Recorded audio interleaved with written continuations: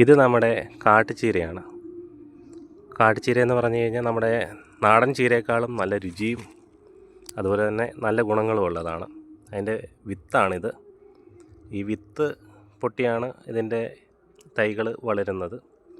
അതിൻ്റെ ഒരു വിത്ത് കാണിച്ചു തരാം. ഇത് കണ്ടില്ലേ, ഈ കായ്കളിൽ നിന്ന് വിത്ത് അടർന്നു മാറി ഇത് ഉണങ്ങിയതും അതിൻ്റെ വിത്ത് ഇതിനുള്ളിലുണ്ട്. അത് ഇങ്ങനെ താഴേക്ക് വീണ് അതിൻ്റെ തൈകൾ ഒരുപാട് വളർന്നു വരും.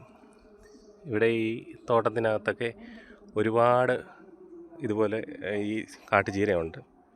നമുക്ക് ആവശ്യം ഉള്ളത് അനുസരിച്ച് നമുക്ക് ഒടിച്ചെടുക്കാം. പക്ഷെങ്കിൽ ഇതുപോലെ കട്ടിയുള്ള ഭാഗങ്ങൾ ഒടിച്ചെടുത്താൽ അത് ഗുണമില്ല. നല്ല മണ്ടഭാഗം, കിളുമ്പെന്ന് പറയും. ഈ കിളുമ്പ് ഭാഗങ്ങൾ ഇത് കണ്ടില്ലേ, ഇത് ഒടിച്ച് മണ്ട മാത്രം ഒടിച്ചെടുത്ത് നമുക്ക് തോരൻ വെക്കാം. നല്ല ടേസ്റ്റാണ്. ഇത് ശരിക്കും പലർക്കും അറിയാമായിരിക്കാം. ഇതൊരു ചെറിയ അറിവാണ്, അറിയാത്തവർക്ക് വേണ്ടി മാത്രം.